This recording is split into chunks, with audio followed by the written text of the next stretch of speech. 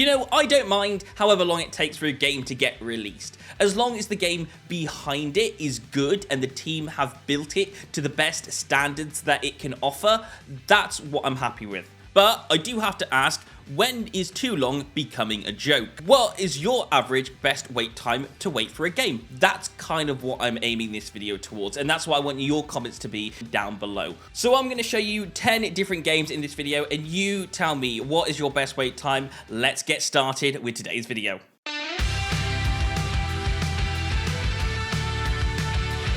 Starting off with our first game. This first game is a city building simulator game where you can build roads, build buildings, and do all of that as you try to make as much money as possible. This is City Skylines 2, and I absolutely love City Skylines. For me, it's got to be one of the best city building simulators, and I just like the fact that you get so much creativity with it, and you can just build the city of your dreams. So one of the biggest differences for me with City Skylines 2 is just that there's loads of road, city, and land improvements. Basically, this game for me is just a big quality of life difference. I mean, City Skylines 1 is good, and then City Skylines 2 just comes out with loads of better improvements to the game, and it just makes the game feel and play a lot nicer. Now let's talk about how long the games took to come out. The original, the very first City Skylines game, came out in 2015. With its sequel coming out in 2023, this game took 7 years to come out. Moving on to the next game. And the next game on our list is Saints Row. Now, whether you're a fan or whether you hate Saints Row, this game plays okay to a point, but is it really a really good Saints Row game? I mean, I'm going to allow that for you to decide. For me, I don't think so after playing this for a while. Or at least, it doesn't quite compare to what I originally jumped in Saints Row to be, which is what Saints Row 2 was for me.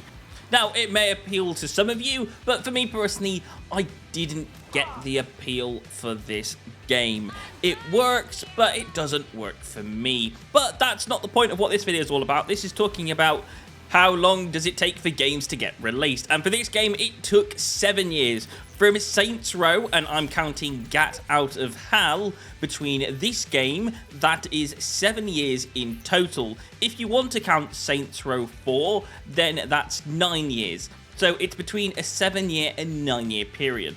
What do you think? Is that too long or too short for a game? Anyway, we'll move on to the next game.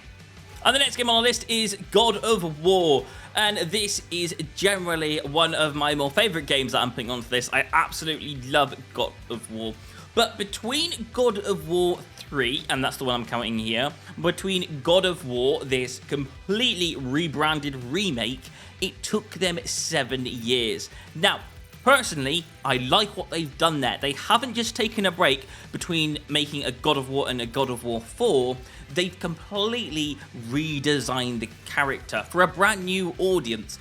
Now, they keep the character the same, but they design it so it introduces people to the franchise all over again. So people who aren't used to this, they can be introduced to it very slowly. They can follow along with the character. It's a nice introduction to people that haven't played the game before.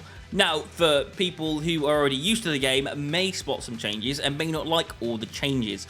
But for me, this is the game that I got introduced to, and I think it was really well made. However, I do know that when you do update your games, and you use that 7-year time gap to make it appealing to a new audience, you can lose some of the original audience along the way. Now, for those of you who spotted, I am playing Gods of War Ragnarok in this playthrough, just to give you a bit of a prep warning.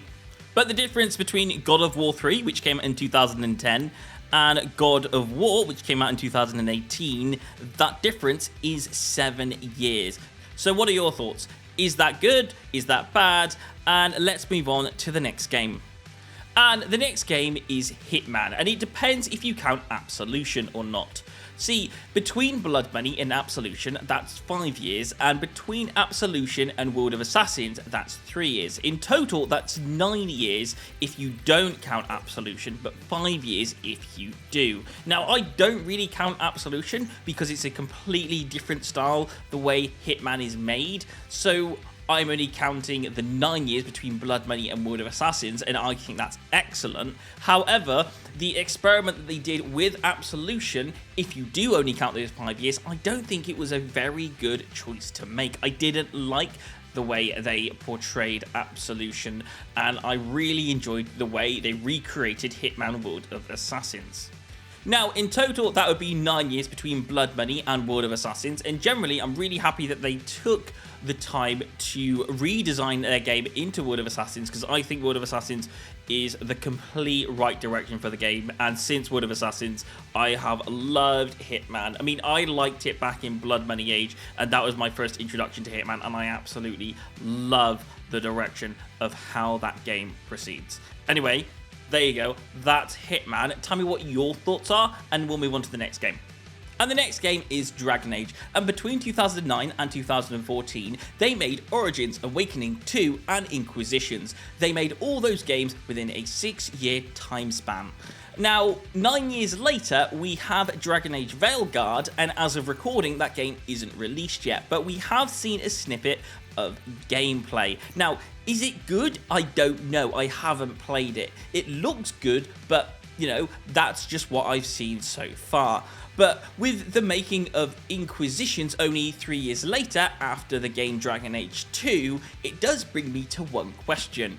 Why take 9 years to make a sequel to Dragon Age Inquisitions? Now, I'm very much aware there might be studio changes and they might have been focusing on Mass Effect, but still, I don't see why it's taken them so long to make a sequel to our Dragon Age series. But anyway, tell me what your thoughts are about this game down in the comments below. Now, the next game we're going to be talking about is The Witcher, or particularly The Witcher 4. As of current, there have been no signs of this game, not officially, but if they do manage to make a Witcher 4, it could be up there with some of the longest gaps. Now, the previous game, which came out in 2015, now that is currently 10 years apart if they announce anything next year. Now, I'm excited because I absolutely love that game and I want to love what 10 years of planning could do for that game. But I have to remember and not forget that they have done a series on Netflix called The Witcher, and that could possibly be one of the reasons that this game is taking a long time to come out, because they don't have to release anything as long as they're releasing a TV series on Netflix. Anyway, what are your thoughts about this particular game? And the next game on our list is Dead Island. Yes, Dead Island 1 and Dead Island 2 came out 11 years apart from each other. Now, it's a game where you're in a particular zone and you're versus loads of zombies. Literally, the location has been taken over by zombies and you kind of have to survive in the area while following a storyline. Now, I think this is a very interesting and an absolutely crazy game. But honestly, I do actually like this. I don't know if that makes it good or bad. I like both games. I think there's definitely a difference. There's definitely a change in settings, but I think there's enough similarities in them to put them into the same franchise and to go, yes, I do like the improvements that it made to Dead Island 2. However, there are some elements of Dead Island 1 that I still like. See, back then, I feel like cooperative, for me personally, there was a lot more cooperative games out there, and there was a lot more team building games, and Dead Island would be one of those games. You'd play that game as a group of people, and there's that nostalgia feel that I just don't think you're going to get back from that, because everyone from back then has probably moved into different directions. Now, is it a good game? Yes, I think it absolutely smashed out the park. I love playing that game. However, I play that game solo and I do like it. Yeah, it's a good game. But yeah, anyway, we'll move on to the next game. And the next game is a game that probably a lot of people know. It's Grand Theft Auto. Grand Theft Auto 5 and Grand Theft Auto 6 have taken 11 years to come out because it's going to come out sometime next year. I'm excited to see what they're going to do with that game. I can't wait for that game to get released. Honestly, we have been so patient for such a long time between number 5 and number 6. I generally wonder how it's going to play. Is it going to feel like the same Grand Theft Auto style game, or is there going to be a lot of changes? Now, I'm going to place my bets on there is going to be a lot of changes and a lot of updates to that game. Some stuff that we probably haven't seen or we didn't think were capable in Grand Theft Auto 5. I'm guessing that they're going to be more capable now in this next game because there is so much more creativity now than there was back then. Anyway, that's my opinion on that. It's 11 years apart. What do you think on this game? Do you think that's too long? Do you think that's too short? What are your thoughts about that release? Now, the next game I have on my list is The Elder Scrolls. Now, I absolutely love The Elder Scrolls. I loved Oblivion and I loved Skyrim. But with the next Elder Scrolls game that is going to get released, as of current, that is 13 years away if you count currently next year. Now, I don't think it's going to come out next year. I think it's going to come out at least 1 or 2 or 3 years down the line. But if it does manage to hit that, that could be 14 or even 15 years. That's a very long wait time for a video game, because I don't think I've seen that for a long time. That's a very long time difference between two games of the same franchise. So what are your thoughts about this? Do you love The Elder Scrolls, and do you think that the game's going to be absolutely massive and perfect, considering it could be one of the longest release games that we've possibly ever experienced in a long time? But yeah, that's what I have to say about that. What are your thoughts on that? And we'll move on to the final game on our list. And the final game on our list is Fable. Yes, Fable 3 came out in 2010, and Fable, the next game, is going to come out in 2025. That is 14 years apart from each other.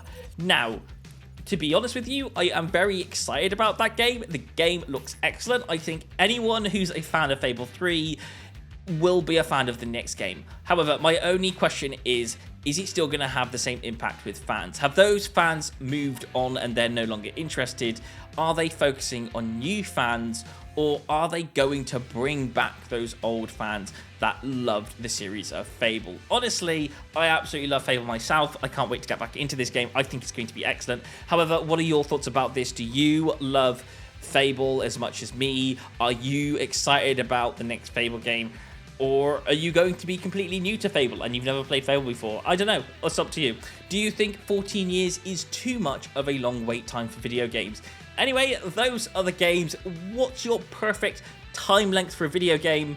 Let me hear it, and I will see you guys on another Jump Inside video. Please don't forget to subscribe and don't forget to like this video. I will see you next time. Goodbye.